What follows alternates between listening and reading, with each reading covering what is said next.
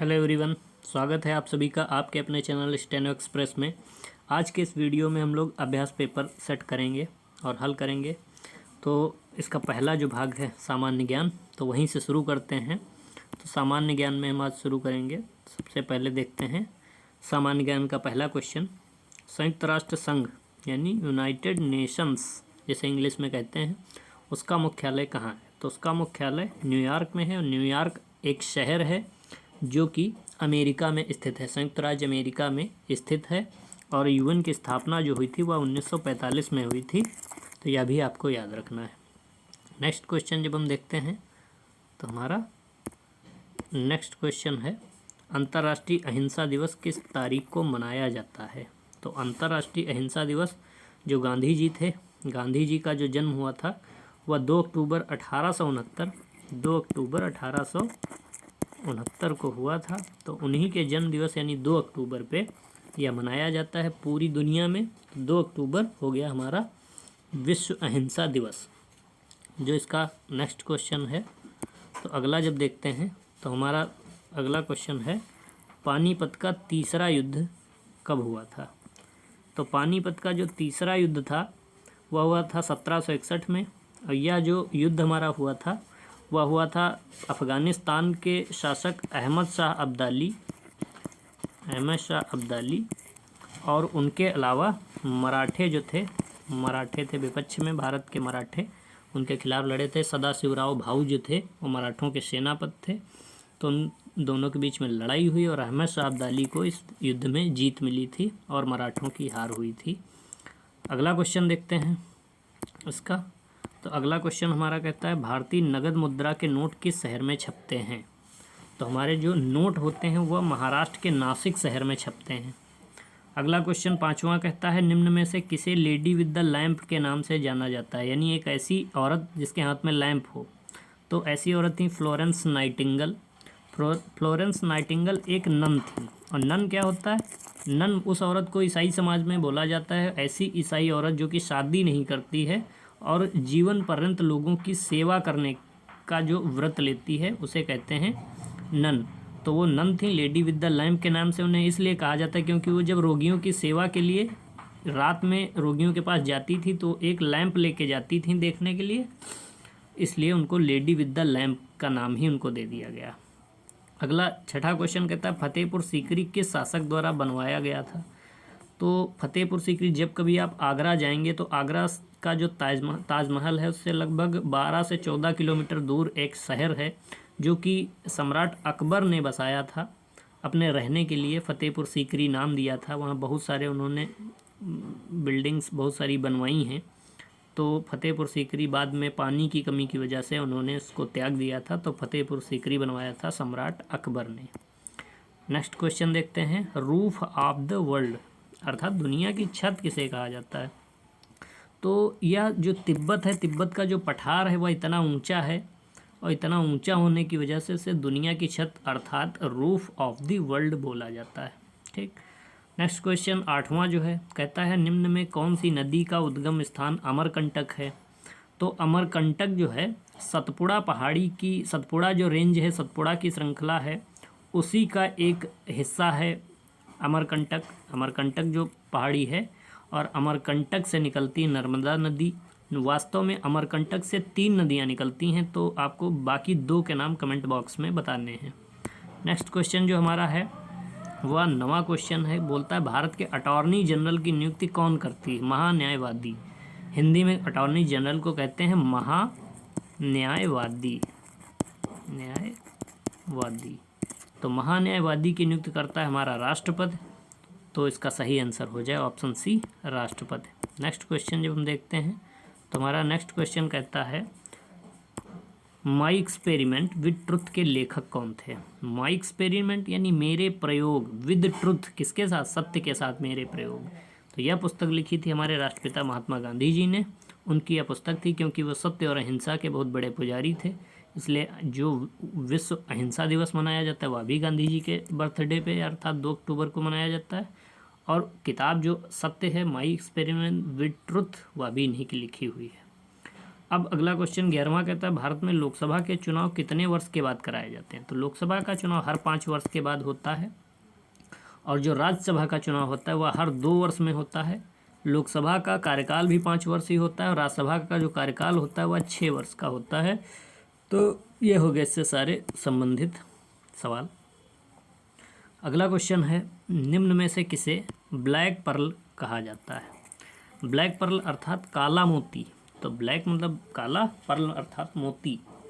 तो ब्राज़ील खिलाड़ी थे पेले जो थे वो ब्राज़ील से खेलते थे। 3 वर्ल्ड कप उन्होंने ब्राज़ील को फुटबॉल के जिताए थे और फुटबॉल के बहुत बड़े सबसे महानतम खिलाड़ी उनको माना जाता है, इसलिए उनको ब्लैक पर्ल बोला जाता है।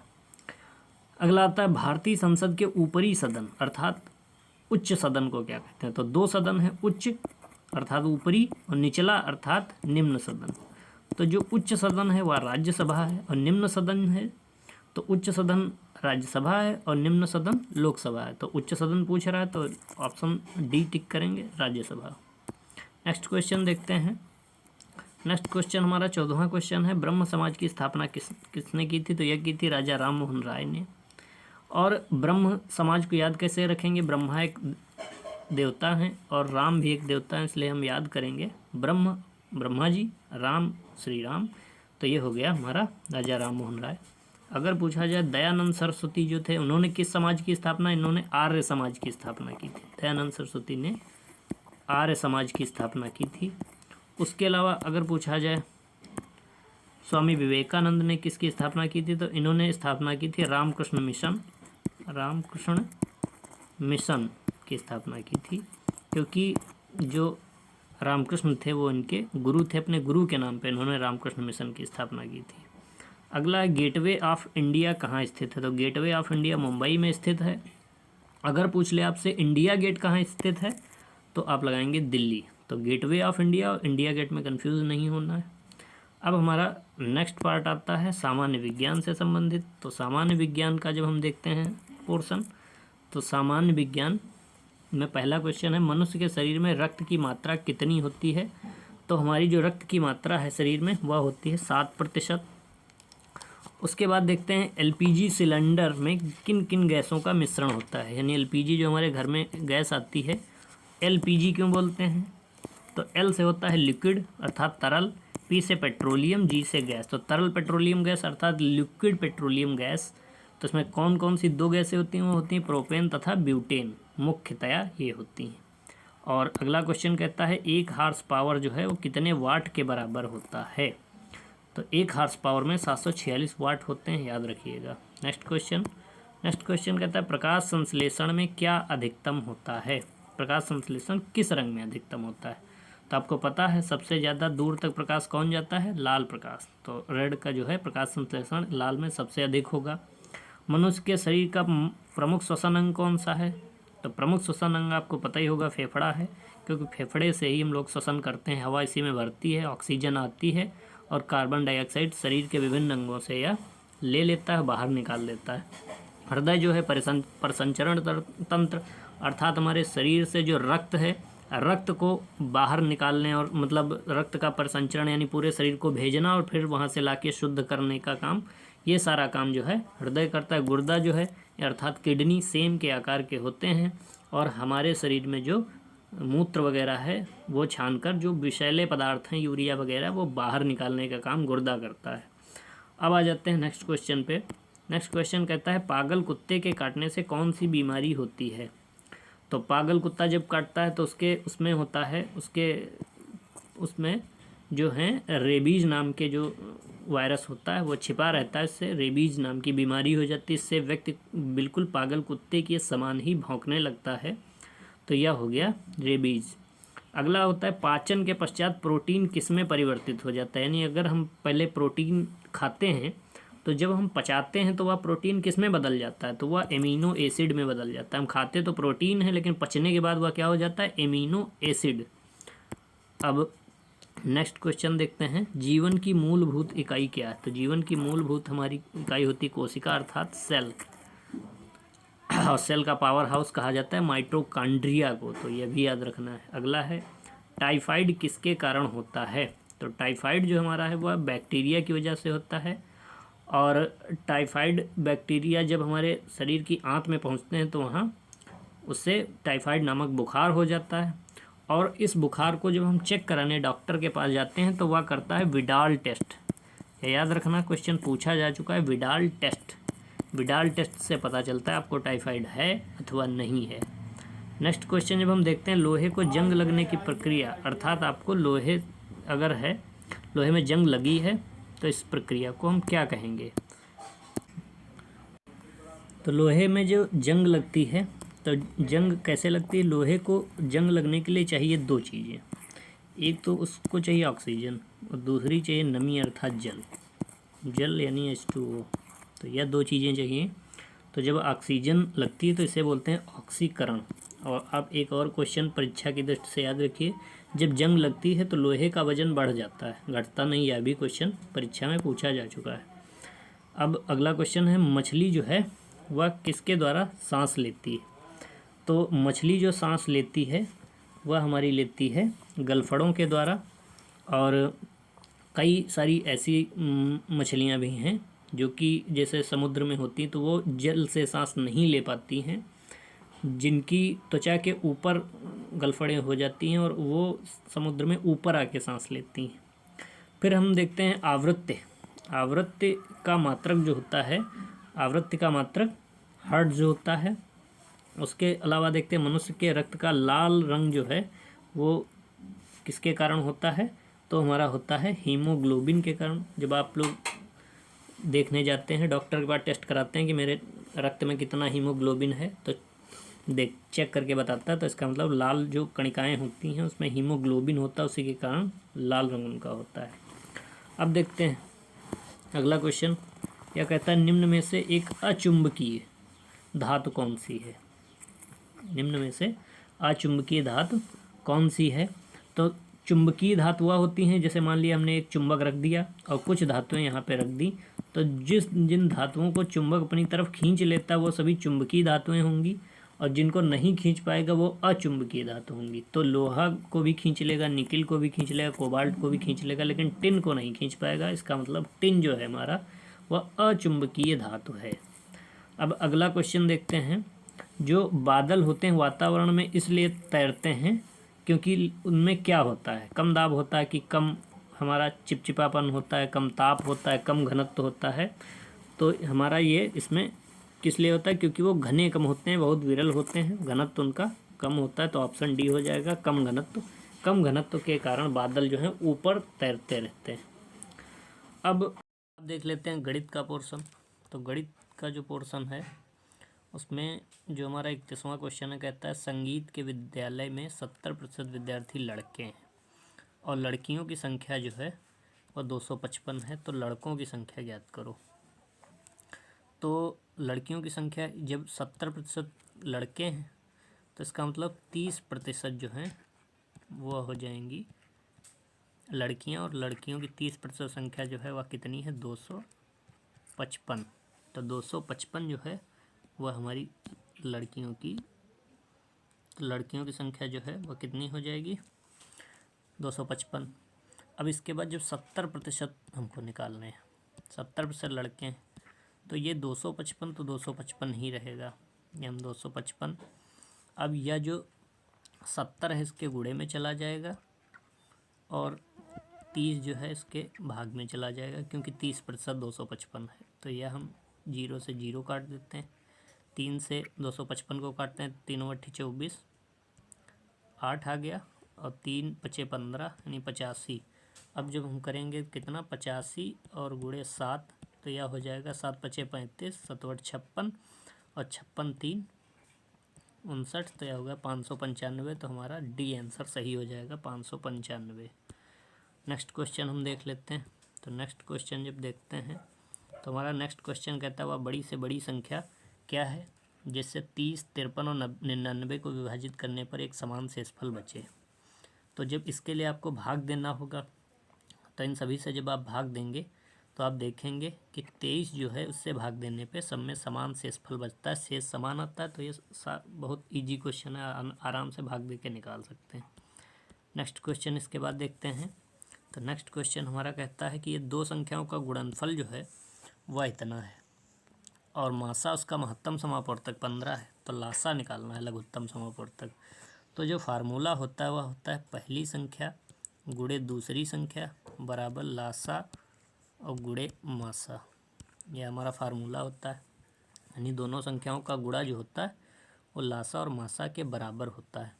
तो गुणनफल दिया हुआ है 4725 इसका गुणनफल है, और जो लासा जो पता नहीं है और मासा 15 दिया हुआ है। तो यह 15 गुणे में है, इधर जाएगा तो बटे में आ जाएगा, तो इधर से इसको हटा देते हैं, इधर से हटा के इधर ले आते हैं इसको बटे में 15, और 15 से इसको हम जब डिवाइड करते हैं या भाग दे लीजिए या काट लीजिए तो इसको डिवाइड करने पे इसका सही आंसर आ जाएगा 315। भाग दे के देख लीजिए। नेक्स्ट क्वेश्चन देखते हैं। तो हमारा नेक्स्ट क्वेश्चन क्या कहता है? नेक्स्ट क्वेश्चन कहता है कि ए और बी मिलकर किसी काम को 12 दिन में और सी और ए मिलकर 20 दिन में और बी और सी मिलकर 15 दिन में किसी काम को पूरा कर लेते हैं, और अगर तीनों काम एक साथ करें तो काम कितने दिनों में पूरा हो जाएगा। तो हम देखते हैं ए प्लस बी जो है वह हमारा हो जाएगा 1/12। अब जब हम देखते हैं बी प्लस सी, तो बी प्लस सी, बी और सी मिल के काम को 20 दिन में करते हैं, और बी प्लस सी जो है वो 1/15 है, 1/15, और सी प्लस ए जो है वह है 1/20।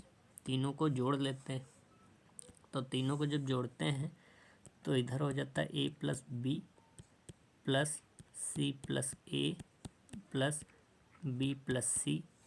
इधर का जब जोड़ते हैं तो ये आ जाता है 1/12 प्लस 1/20 प्लस 1/15। तो इधर सबको जब जोड़ते हैं तो आ जाता है 2a plus 2b plus 2c बराबर, इधर जब जोड़ते हैं तो ये आ जाता है 60। एलसीएम ले लेते हैं, 12 पंचे 60 तो 5 पहले में हो गया, 20 तियाँ 60 तो 3 दूसरे में हो गया, और 15 चक्कू 60 तो ये 4 हो गया, 5 3 8, 8 4 12, तो यह हो जाता है 12/60, 12 पंचे 60, 5 हो गया।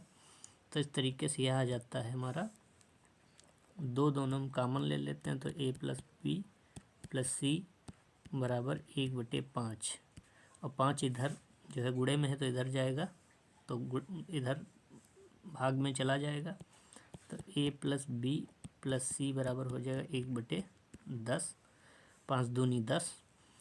तो इसका मतलब तीनों लोग मिलके जो है 10 दिन में काम को कर लेंगे, तो यह हो जाएगा सही आंसर ऑप्शन डी 10 दिन। नेक्स्ट क्वेश्चन देख लेते हैं। नेक्स्ट क्वेश्चन कहता है यदि कोई आयताकार क्षेत्र है उसका क्षेत्रफल जो है 560 सेंटीमीटर है और इसकी एक भुजा जो है वह 20 सेंटीमीटर है, तो इसका परिमाप निकालना है। तो आयताकार जो क्षेत्र है इसका क्षेत्रफल यानी बीच का जो यह सारा क्षेत्र है यह 560 सेंटीमीटर है और इसकी एक भुजा जो है वह 20 सेंटीमीटर दी हुई है। तो जो क्षेत्रफल होता है वह होता है लंबाई गुणे चौड़ाई बराबर 560 हो गया, और 20 दिया हुआ है तो यहाँ पे b की जगह पे 20 रख लेते हैं, और 20 इसके बटे में जब जाएगा तो 0 से 0 डिवाइड होगा, यह हो जाएगा 28, तो एक हो जाएगा 20 और एक हो जाएगा 28। अब जब हमको निकालना है इसका परिमाप, तो परिमाप जो होता है, परिमाप का जब हम फार्मूला देखते हैं तो आयत का जो परिमाप होता है 2 लंबाई प्लस चौड़ाई, तो 2 और लंबाई हमारी 20 दी हुई है, चौड़ाई निकल आई 28, 20 28 हो गया 48, 48 दूना हो गया 96। तो इस तरह से इसका सही आंसर ऑप्शन ए हो जाएगा 96। नेक्स्ट क्वेश्चन देखते हैं। नेक्स्ट क्वेश्चन कहता है कि यदि एक टायर है और टायर की त्रिज्या 7 सेंटीमीटर है तो 50 चक्कर में कितनी दूरी तय करेगी। तो यह गोला हो गया टायर, यह इसकी त्रिज्या जो है वो 7 सेंटीमीटर दी हुई है। तो इसका सबसे पहले हम परिधि निकाल लेते हैं। परिधि जो होती है यह पूरी टायर की होती है, तो एक चक्कर में वह इतनी दूरी तय करेगा, जितना परिधि आ जाएगी उसको 50 चक्कर यानी 50 से गुणा कर देंगे, बस आ जाएगा। तो हमारा सबसे पहले परिधि का फार्मूला देख लेते हैं। तो वृत्त, चूँकि यह टायर है तो वृत्त की परिधि लगाएंगे, तो वृत्त की परिधि जो होती है वह होती है 2πr। तो पाई का मान होता है 22/7, तो यह हो जाएगा 2 × 22/7 और गुणे आर कितना दिया हुआ 7, तो यह काट देंगे तो यह हो जाएगा 44। उसके बाद हम देखते हैं इसका 50 चक्कर में कितनी दूरी तय करेगी, तो 50 से हम कर देते हैं इसकी गुणा, तो यह हो जाएगा 44 और गुणे 50, तो यह हमारा हो गया 5 चक्कू 20, 5 चक्कू 20, 2 22 या 2200 सेंटीमीटर आ गया। मीटर में पूछ रहा है तो 1 मीटर में 100 सेंटीमीटर होते हैं, 100 से भाग दे देते हैं, दोनों जीरो कट जाते हैं, तो यह 22 मीटर हो गया। तो इसका सही आंसर हो जाएगा 22 मीटर। नेक्स्ट क्वेश्चन देखते हैं। नेक्स्ट क्वेश्चन जो है इसका कहता है एक कार्यालय में 20 श्रमिक हैं, उनकी औसत आय 1900 रुपये है और प्रबंधक की आय जोड़ दें तो औसत 2000 हो जाता है। तो प्रबंधक की आय निकालना है। तो 20 श्रमिक जो हैं उनकी औसत आय 1900 है, तो गुणा करेंगे तो कितना आ जाएगा 19 दूनी 38 और 2 जीरो और एक और जीरो, यह हो जाएगा 38,000। अब जब प्रबंधक उसमें और ऐड हो जाएगा तो यह 21 हो गया, और 21 से जब हम इनको कितने लोग हो गए प्रबंधक जुड़ गया तो यह हो गया 21 और 2000 आय हो गई, तो 21 दूनी 42 हो जाएगा, तो यह 42,000 हो गया। अब देखिए 38,000 थी पहले आय और इसमें बढ़ गया 42,000, तो 4,000 जो है आय आ गई प्रबंधक की। नेक्स्ट क्वेश्चन इसका जब देखते हैं तो नेक्स्ट क्वेश्चन कहता है 1 मीटर लंबा तार है और उससे बने वृत्त का क्षेत्रफल ज्ञात कीजिए। तो तार जितना लंबा था तो वह गोल हो गया बस, तो यानी इसकी परिधि जो है वह तार है। तो परिधि क्या होती है 2πr, और 2πr 1 मीटर है और यहाँ पे सेंटीमीटर में दिया हुआ तो हम सेंटीमीटर में इसको लिख लेते हैं 100 सेंटीमीटर। तो इसको जब निकालेंगे तो हमको r निकालना है, तो 2 पाई का मान 22/7 और यह r बराबर 100 हो गया। तो यह हो जाएगा जब r के यह उधर जाता है दाईं तरफ तो जो 7 था वह ऊपर चला जाएगा और 2 × 22 नीचे आ जाएगा, तो यह कट गया 50 आ गया और यह 11 से कट गया, यह 25 आ गया, तो ऊपर हो गया 25 × 7 और बटे 11, यह आ गया हमारी परिधि। अब जब हम वृत्त का क्षेत्रफल निकालेंगे तो वृत्त का क्षेत्रफल हमको निकालना है, तो हम देख लेते हैं वृत्त का क्षेत्रफल। तो वृत्त का क्षेत्रफल जो होता है उसका फार्मूला क्या होता है πr²। तो पाई जो है उसका मान 22/7 रख देते हैं और r जो था उसका मान हमने अभी निकाला था 25 × 7/11 × 25 × 7/11, तो 7 से 7 कट गया, 11 दूनी 22 हो गया, तो 25 और 25 और 7 और 2 की गुणा कर लेते हैं, 11 से भाग देते हैं, तो हमारा सही आंसर आ जाएगा 795.45 सेंटीमीटर। नेक्स्ट क्वेश्चन जब हम देखते हैं तो नेक्स्ट क्वेश्चन हमारा है कहता है एक वृत्ताकार बेलन है और वृत्ताकार बेलन की ऊंचाई 15 सेंटीमीटर है और आधार की त्रिज्या 7 सेंटीमीटर, यानी यह हमारा बेलन हो गया।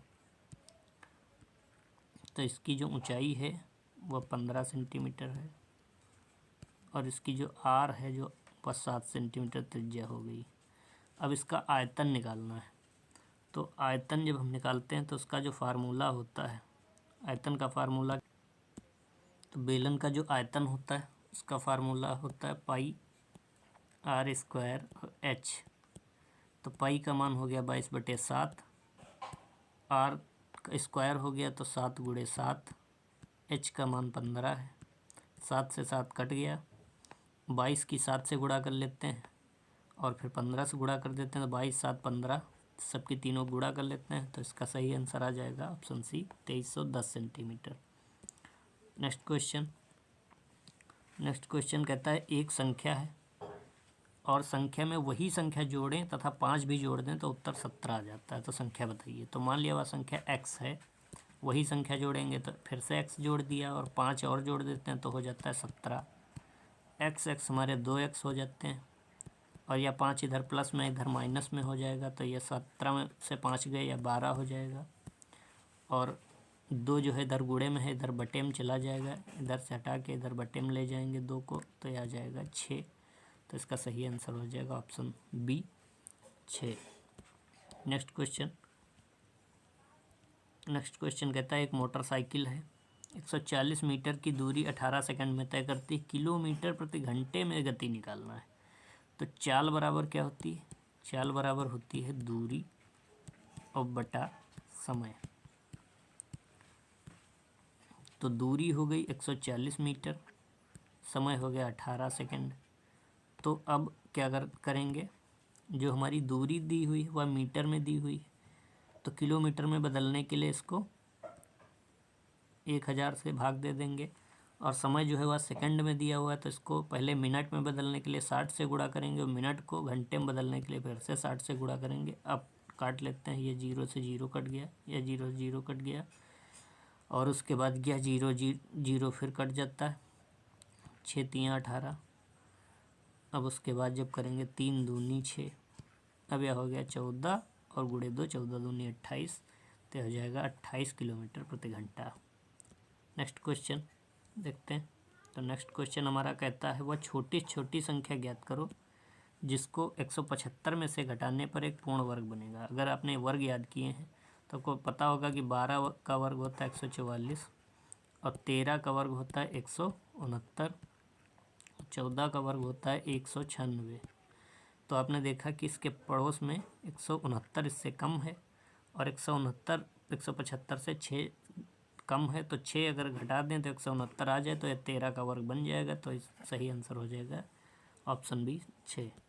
नेक्स्ट क्वेश्चन जब देखते हैं, तो नेक्स्ट क्वेश्चन इसका कहता है कि दिए गए विकल्पों में से रिक्त स्थान की पूर्ति कीजिए। तो यहाँ पे हमको भरना है, तो 39 2 41 2 43 2 45 2 47, तो सही आंसर हो जाएगा ऑप्शन सी। नेक्स्ट कहता है एक वृत्त की त्रिज्या जो है वह 28 मीटर है, वृत्त का क्षेत्रफल ज्ञात करें। तो त्रिज्या 28 मीटर, आर बराबर दिया हुआ 28 मीटर, और वृत्त का क्षेत्रफल अगर निकालना है तो वह हो जाएगा पाई आर स्क्वायर। तो क्षेत्रफल पाई का मान 22/7 हो गया, और त्रिज्या जो है 28 गुणे 28 हो जाएगी, 7 चौके 28, गुणा कर लेते हैं, 22 गुणे 4 हो जाएगा 88, और फिर से 28 से गुणा करते हैं, तो 28 से जब गुणा करेंगे तो हमारा आंसर जो है वो आ जाएगा ऑप्शन ए 2464 मीटर। नेक्स्ट जो क्वेश्चन हुआ कहता है एक वस्तु को 6800 में बेचने पर प्रशांत को 75% की हानि हुई। तो यानी जो 6800 है यानी 25 गुणे x बटा 100 हो जाएगा। तो इसको इधर ले जाएंगे तो 6800 गुणे 100 हो जाएगा बटे 25 हो जाएगा, तो 25 चौके 100 हो जाएगा, और जब इसकी गुणा इससे करेंगे 6800 से गुणा कर लेंगे तो हमारा कितना आंसर आ जाएगा 25,600। सही आंसर हो जाएगा 25,600। नेक्स्ट क्वेश्चन जब इसका देखते हैं, तो नेक्स्ट क्वेश्चन कहता है सामान्य बुद्धिमत्ता के क्वेश्चन आगे।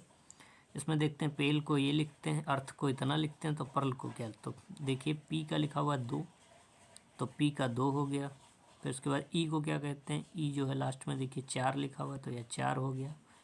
ए को क्या लिखते हैं, ए को 1 लिखते हैं, तो 1 हो गया। तो यह 241 से ही यह वाला आंसर मिल जाता है। इसके बाद देखते हैं नेक्स्ट क्वेश्चन इसका। नेक्स्ट क्वेश्चन कहता है अरुण ने क्या कहा, यह लड़की मेरी माँ के पोते की पत्नी है। तो अरुण का उस लड़की से क्या संबंध है। तो लड़की जो है अरुण की माँ के पोते अर्थात अरुण के बेटे की पत्नी है। तो अरुण के बेटे की अगर पत्नी है तो अरुण क्या हो जाएगा, उस लड़की का ससुर हो जाएगा। नेक्स्ट क्वेश्चन इसका है दिए गए विकल्पों में से रिक्त स्थान की पूर्ति करें। तो यह 1 का स्क्वायर हो गया, या 3 का स्क्वायर, यानी 1 का स्क्वायर पहले, फिर 3 का स्क्वायर, फिर 25 5 का स्क्वायर हो गया, 49 7 का स्क्वायर हो गया। तो 3, फिर 5, फिर 7, फिर 9 आएगा। 9 का स्क्वायर हो जाएगा 81। तो सही आंसर ऑप्शन ए हो जाएगा 81। नेक्स्ट क्वेश्चन देखते हैं। तो नेक्स्ट क्वेश्चन है 3 संख्याओं का औसत जो है वह 27 है। तो 3 गुणे 27 यानी टोटल कितना हो जाएगा 81। अब पहली संख्या जो है दूसरी संख्या पहली से तिगुनी है और तीसरी पहली से 5 गुनी है। तो मान लिया पहली संख्या x है, तो दूसरी संख्या जो है पहली से तिगुनी है तो 3x हो जाएगी, और तीसरी संख्या पहली की 5 गुनी है तो 5x हो जाएगी। तो तीनों को जब जोड़ेंगे तो बराबर में 81 आ जाएगा। तो इनको प्लस कर लेते हैं तीनों को। तो 5 3 8 9x, 9x बराबर 81। और यह जब 9 इधर जाएगा तो बटे में चला जाएगा, तो 9 9 81 यानी x का मान 9 आ जाएगा। तो जब यह 9 हो जाएगा तो यह 9 3 27 हो जाएगा, और यह जो है 5 गुना है तो 9 5 45 हो जाएगा, यानी 9 27 और 45। तो यह सही आंसर हो जाएगा इसका ऑप्शन डी, 9 27 45। नेक्स्ट क्वेश्चन कहता है एक आदमी 1 किलोमीटर पूर्व की ओर चलता। तो यह हमारा जो है इसका सही डायग्राम बनाने के लिए यह हमारा दिशा परीक्षण, यह हमारा उत्तर होता है, यह दक्षिण होता है, यह पूर्व होता है, यह पश्चिम होता है। तो जब कोई आदमी है वह 1 किलोमीटर पूर्व की तरफ चलता है, इधर की तरफ 1 किलोमीटर चलता है, दक्षिण की तरफ 5 चलता है, 5 किलोमीटर चला।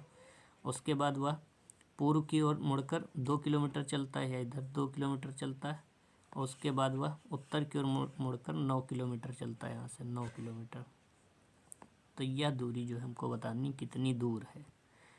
तो यह हमारा जो है यह 1 किलोमीटर था, 2 किलोमीटर यह हो गया, तो यह पूरी दूरी हो गई हमारी 3 किलोमीटर। अब यह हमारा 5 है इतना, तो यह इतना कितना, टोटल 9 है तो यह इतना 4 हो जाएगा। तो जब त्रिभुज में हम कर्ण निकालते हैं तो कर्ण बराबर हो जाता है, कर्ण बराबर क्या होता है, कर्ण स्क्वायर बराबर लंब स्क्वायर प्लस आधार स्क्वायर। तो लंब हमारा निकल गया 4, आधार निकल गया 3, दोनों के स्क्वायर। तो 4 चौको 16 और 3 3 9, यह हो गया 25, और यह स्क्वायर हटाते हैं तो अंडर रूट 25। तो 25 का जो अंडर रूट होता है वह 5 होता है, तो यह हो जाएगा हमारा 5 किलोमीटर। तो इस तरह से आपके सारे क्वेश्चन हो गए हैं।